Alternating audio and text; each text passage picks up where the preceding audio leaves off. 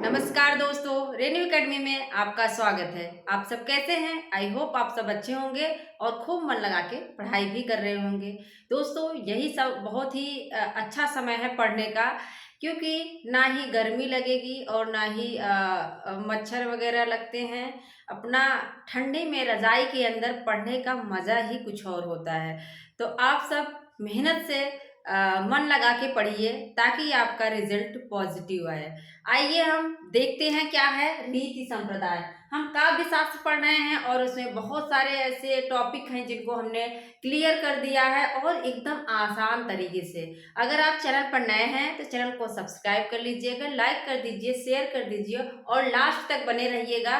देखना, अभी रीति संप्रदाय सभी आपकी आंखों के सामने होगा और आपको याद होगा, आपके माइंड में छप जाएगा। तो ध्यान से देखिएगा। आइए देखते हैं रीति संप्रदाय क्या है। रीति संप्रदाय और रीति रिवाज से हमने बताया है क्या चलता है, मन चलता है। हमारा मन, अगर देखो हम कुछ गलत काम करने जाते हैं तो मन तुरंत टोकता है, तुरंत रोकता है कि ये हमारी परंपरा के खिलाफ, हमारी रीति रिवाज के खिलाफ है। तो रीति से मन चलता है। तो रीति संप्रदाय के प्रवर्तक कौन है? वामन है। कौन है? वामन है। ठीक है, याद कर लीजिए। रीति के प्रवर्तक अगर पूछे तो वामन है। और अलंकार संप्रदाय के भामा हैं, रस संप्रदाय के भरत मुनि हैं। इन सब चीजों पे आप ध्यान दीजिएगा। इसके बाद देखिए कि रीति, सबसे पहले जान लेते हैं कि है क्या ये रीति। क्या है रीति? है क्या? तो रीति का मतलब होता है कि पंथ, रास्ता। क्या है? पंथ हो गया, रास्ता हो गया, शैली हो गई। और जैसा कि दंडी ने कहा कि मार्ग, इन्होंने मार्ग नाम दिया। तो रीति का मतलब है कि पंथ, शैली, हमारी जो काव्य रचना है वो किस प्रकार से होगी, वो जो है कैसी रहेगी। कभी कभी देखो रास्ते में हम जाते हैं तो हमें बहुत सारे कंकड़ मिलते हैं। फिर कोई रास्ता ऐसा मिलेगा कि उस पे एकदम साफ रहेगा, एकदम गाड़ी खूब तेज जाएगी ना, क्लीन रास्ता रहेगा। और कुछ ऐसा रहता है कि क्लीन भी रहता है और कंकड़ पत्थर भी रहते हैं। तो सेम वैसे ही काव्य, काव्य को पढ़ने से जैसे जिस गुण की प्राप्ति हो रही है उसी के आधार पर रीतियों का भी विभाजन किया गया। रीति, अगर रीति को समझना है तो उसके पहले आपको गुण जानना होगा कि गुण है क्या। ठीक है, मैंने जो परिभाषा दिया आपको समझ में आना चाहिए। कहने का मतलब, अगर अगर रस श्रृंगार रस, करुण रस, शांत रस, ये सब रचनाएं आप देख रहे हैं तो वहां पर क्या होगा? माधुर्य गुण होगा। क्या होगा? माधुर्य गुण होगा। और अगर माधुर्य गुण है तो आप वहां पे वैदर्भी रीति मानेंगे। ठीक है, वो कैसी रीति है? वैदर्भी है। लेकिन जहां पे आपको वीर रस से संबंधित, भयानक, रौद्र, ये संबंधित रचना दिखे, पंक्ति दिखे, तो आप वहां पे ओज, क्या कहेंगे? ओज गुण है। और ओज गुण जहां होता है वहीं पर क्या होता है? गौड़ी रीति होती है। ठीक है। प्रसाद है। प्रसाद जो होती है इसमें क्या है? एकदम क्लीन रहता है। कहते हैं कि इसमें जो है अर्थ ज्यादा क्लिष्ट नहीं रहता है, आपको पढ़ने से ही उसका अर्थ समझ में आ जाएगा प्रसाद गुण में। और इसकी जो शैल ये है, रीति है, वो क्या है? पांचाली। जिसमें प्रसाद गुण रहेगा वही पांचाली है। ठीक है। और मैं जब ग्रेजुएशन में पढ़ रही थी तो उसमें एक मैम पढ़ा रही थी और उस समय उन्होंने बताया था माधुरी प्रसाद, ये सब ओज गुण। लेकिन कुछ भी पल्ले नहीं पड़ा कि क्या है। बस एक एक पन्ने लिखा दिया जाता था।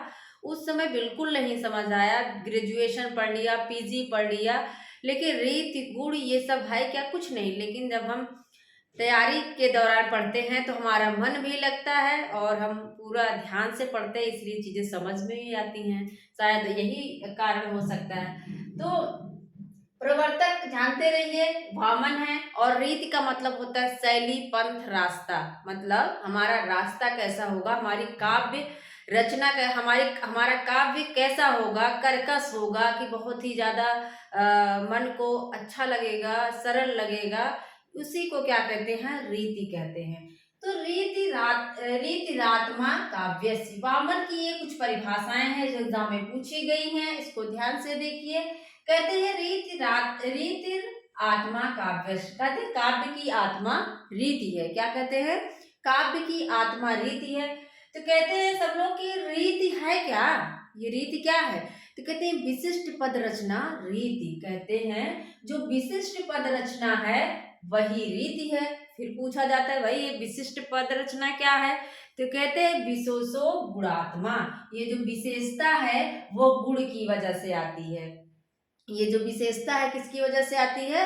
गुण की वजह से आती है। फिर कहते हैं कि ये गुण क्या है? तो कहा, फिर इन्होंने जवाब दिया कि काव्य शोभाया कर्तारो धर्मा गुणा। इस परिभाषा को ध्यान दीजिएगा, मोस्ट इंपॉर्टेंट है, एग्जाम में पूछा जाता है। किसकी है? तो वामन की है। वामन ने गुण को रीति के अंदर जो मुख्य तत्व माना वो गुण माना। किसको माना है? गुण माना है। लेकिन एक विद्वान है रुद्रट, आप जानते हैं, उन्होंने रीति को जो है समास पर आधारित माना। किसके ऊपर?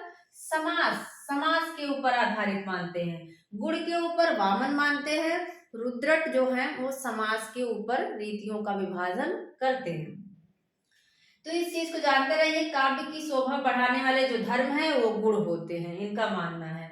और रीति के लिए प्रमुख प्रयुक्त जो है नाम, रीति नाम तो वामन ने दिया, लेकिन इसको अलग अलग नामों से सभी लोगों ने पुकारा है।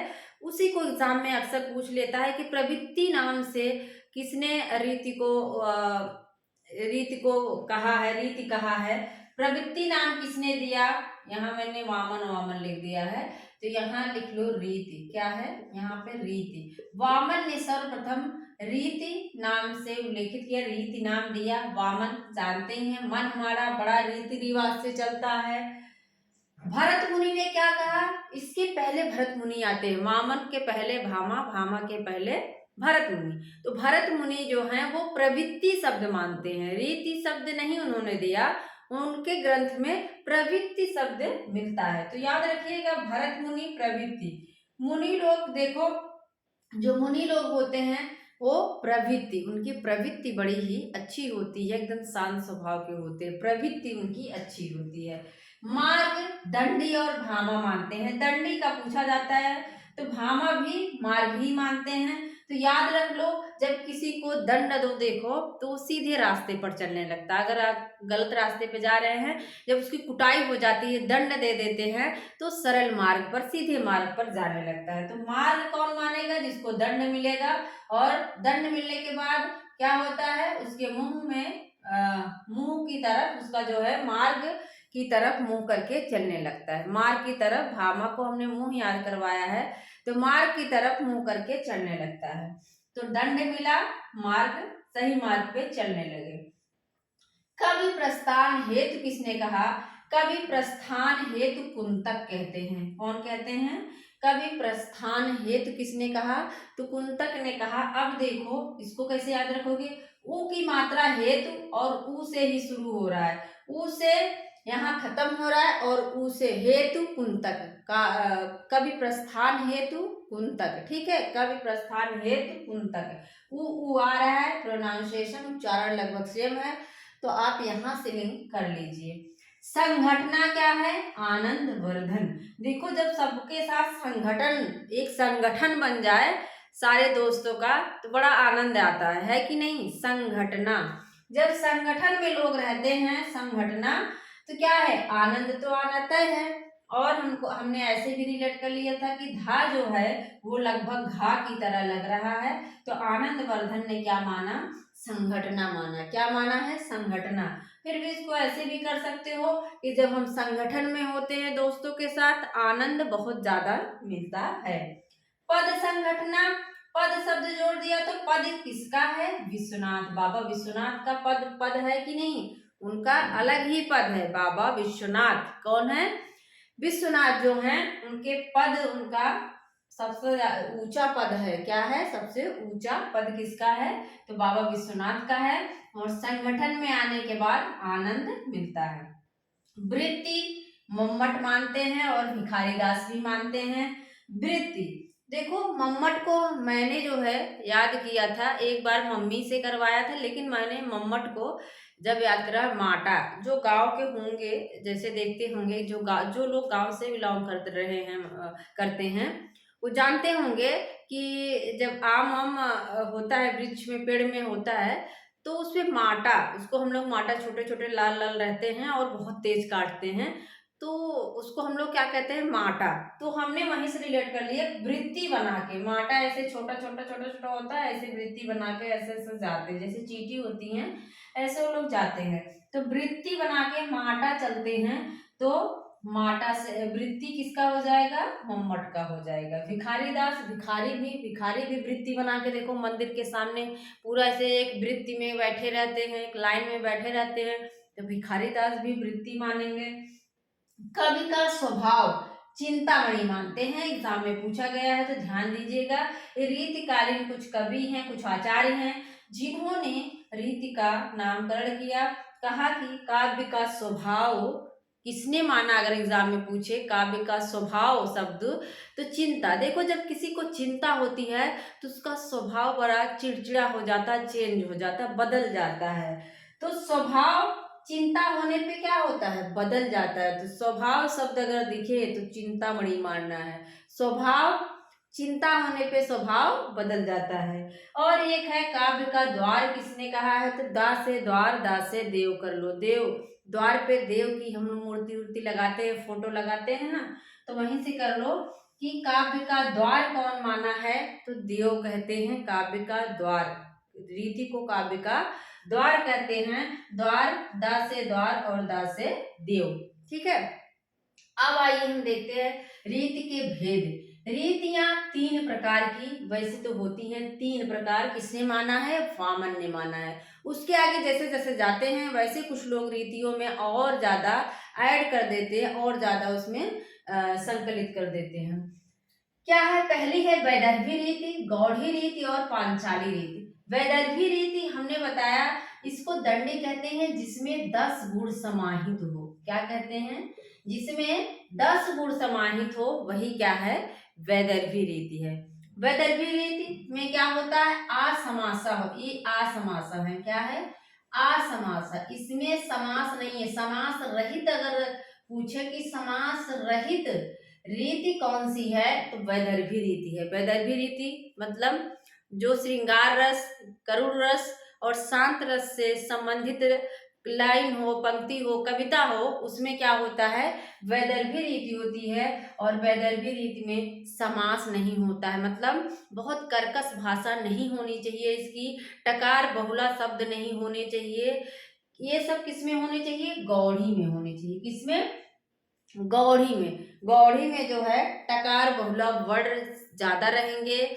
वीर रस, याद रख लीजिए, जो रचनाएं वीर रस, विभत्स रस, क्या है, विभत्स रस और भयानक रस से संबंधित होती हैं, वो क्या होती हैं, जो पंक्तियां वीर रस, विभत्स रस, भयानक रस से संबंधित होती हैं, वहां पर ओज गुण होता है, और वहीं पर जो है गौड़ी रीति होती है। जान लीजिए, ये इसमें समास होता है, क्या है, समास बहुला। इसमें क्या है, ये समास बहुला है। समास बहुला मतलब दीर्घ समासा अगर कह सकते हैं, दीर्घ समासा कहें तो ज्यादा सही है। एग्जाम में पूछ लेगा कि दीर्घ समासा कौन सी रीति है, दीर्घ समास, तो आप कहेंगे कि गौड़ी रीति है। और इसकी वृत्ति भी जानते रहिए। वृत्ति किसने माना है, वृत्ति बना के माटे रहते हैं, तो मम्मट ने माना है। इन्होंने 3 मान लिया कि उपनागरिका वृत्ति, परुषा वृत्ति और कोमला। देखो, परुषा, उपनागरिका, माधुर्य, हमने रिलेट कर लिया कि जो माधुर्य, मतलब माधुर्य गुण किसमें होता है, वैदर्भी में। और माधुरी दीक्षित कहाँ रहती हैं, नगर में रहती हैं। माधुरी दीक्षित कहाँ रहती हैं, नगर में रहती हैं। तो उपनागरिका किसकी वृत्ति हो जाएगी, माधुरी और वैदर्भी। याद रख लीजिए कि वैदर्भी जान ही रहे हैं, माधुरी गुण पर आधारित होती है। और माधुर्य मतलब माधुरी दीक्षित कहाँ रहेंगी, नगर में रहती हैं, तो उपनागरिका वृत्ति।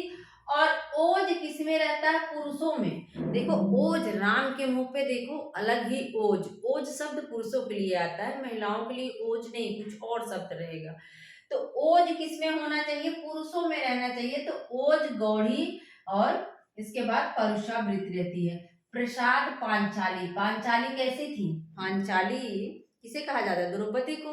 तो पांचाली कैसी थी? कोमल थी, सुंदर थी, भाई राजकुमारी थी, तो कोमल तो रहेंगी ही। और क्या है? प्रसाद गुण रहता है। पा से पांचाली, पा से प्रसाद, ठीक है।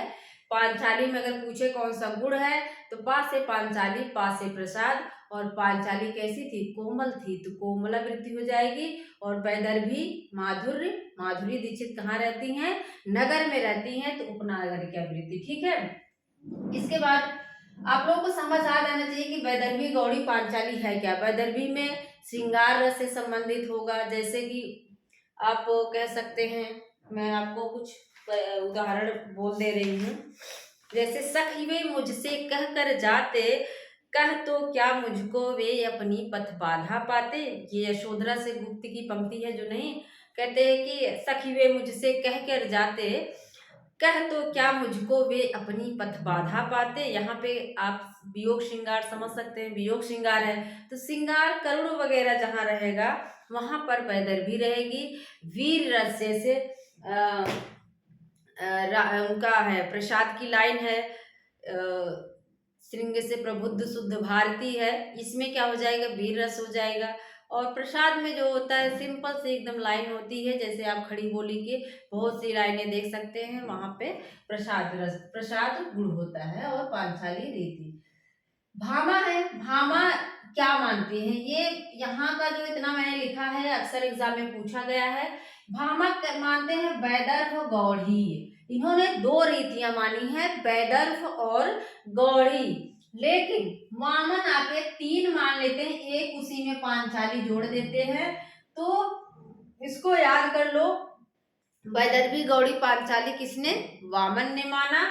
और रुद्रट ने और एक उसी में जोड़ दिया, लाटी। क्या किया? वैदर्भी गौड़ी पांचाली तीन है ही पहले से ही, लेकिन एक उसमें लाटी जोड़ देते हैं। तो रुद्र, इसको हमने रिलेट कर लिया। देखो रुद्र, रुद्र भगवान किसको रुद्र किसको कहा जाता है?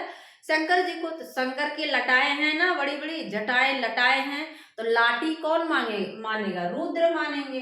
रुद्र, रुद्र जो हैं जब रुद्र रूप में आते हैं, उनकी लटाएं जो हैं लटाएं बड़ी बड़ी हैं, तो लाठी लटाएं किसकी हैं? रुद्र की। भोजराज 6 मानते हैं। भोजराज कितना मानते हैं? 6 मानते हैं। ये 4 पहले से ही हैं, वैदर्भ गौड़ी पांचाली लाटी, लेकिन इन्होंने अवंतिका और मागधी जोड़ दिया। भोजराज से आपको नहीं लग रहा? राजा भोजराज, तो राजा भोजराज की 2 रानियों का नाम क्या है? अवंतिका और मागधी। आपको लग रहा है ना ये फीमेल नेम है, फीमेल नाम है। तो राजा भोज भाई हैं, तो इनकी रानियां कितनी हैं? 2 और ऐड कर देते हैं, टोटल 6 है, 2 और ऐड कर देते हैं। अवंतिका नाम है एक का नाम क्या है? मागधी, ठीक है। इसके बाद हमने लिखा है रीति विरोधी आचार्य। यहाँ से भी आप देख सकते हैं, मैंने बहुत ही ज्यादा इम्पोर्टेंट टॉपिक लिखा, महत्वपूर्ण तथ्य है। तो रीति विरोधी आचार्य में कुंतक है, मम्मट है, आनंदवर्धन, जिसमें से कुंतक जो है वक्रोक्ति संप्रदाय के प्रवर्तक हैं, और मम्मट आनंदवर्धन ध्वनिवादी हैं। आनंदवर्धन जो है प्रवर्तक हैं ध्वनि सिद्धांत के, और मम्मट जो हैं उसके प्रतिष्ठापक माने जाते हैं ध्वनि संप्रदाय के। तो कुंतक ने क्या किया? इसी को मार्ग, इन्होंने क्या माना है? इन्होंने भी, कुंतक ने भी मार्ग शब्द का प्रयोग किया है। इन्होंने सुकुमार मार्ग कह दिया वैदर्भी रीति को, विचित्र मार्ग कह दिया गौड़ी रीति को, और मध्यम मार्ग कर दिया इन्होंने पांचाली को। किसको? पांचाली को। तो याद रखिएगा, सुकुमार मार्ग, विचित्र मार्ग और मध्यम मार्ग। हमने कुंतक को याद करवाया था, ये सब कुतर देते हैं। क्या कुतर देते हैं? चूहे लोग कुतर देते हैं ना, चूहे तो कुतरते हैं।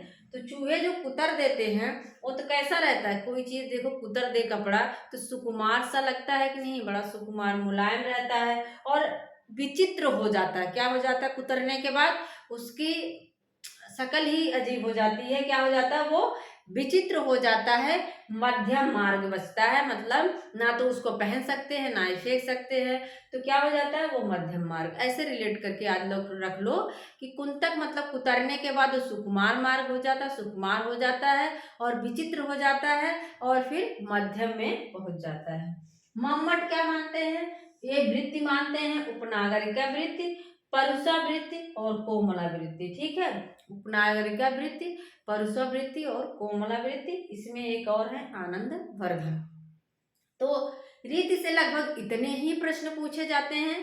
तो आप सब जो है इस वीडियो को अच्छे से देख लीजिएगा और इसका नोट्स भी आप बना सकते हैं। मैंने कई जगह से इसको कलेक्ट करके चीज़ों को लिखा है, तो आप लिख सकते हैं। एकदम आसान है। इन्होंने रीति को काव्य की आत्मा कहा है। काव्य की आत्मा क्या है, रीति है, और रीति के अंदर सबसे मुख्य तत्व क्या है, गुण है। लेकिन रुद्रट मानते हैं समास जो है वही मुख्य तत्व है। ये मैंने बता दिया कि भरत मुनि लोग प्रवृत्ति अच्छी होती है। मार्ग पर, सही मार्ग पर वही जाता है जिसको दंड दिया जाता है। और हेतु आया है कुंतकों की मात्रा। संगठन में रहेंगे तो बड़ा आनंद आएगा। पद की गरिमा किसकी है, विश्वनाथ की है। और वृत्ति बना के माटे लोग चलते हैं। स्वभाव देखो, जब चिंता होती तो हमारा स्वभाव बदल जाता है। और द्वार, द्वार जो है दासे द्वार दासे देव, द्वार पर देव की फोटो लगाते हैं। वैदर्भी माधुरी कहाँ रहती हैं, ये नगर में रहती हैं। गौड़ी ओज किसमें है, पुरुष में होता है। और पांचाली जो है वो बड़ी कोमल है, कोमला वृत्ति प्रसाद प्रसाद गुण है। भामा, वामन और रुद्रट की, रुद्र की लटाएं बहुत बड़ी बड़ी हैं, तो लाटी जो है रुद्रट हो जाएंगे। और भोजराज राजा हैं तो इनकी दो पत्नियां और हैं, अवंतिका और मागधी। तो मेरा पूरा वीडियो देखने के लिए आप लोगों का बहुत बहुत धन्यवाद। ऐसी वीडियो आपको देते रहेंगे, मिलते हैं अगले वीडियो में। Thank you.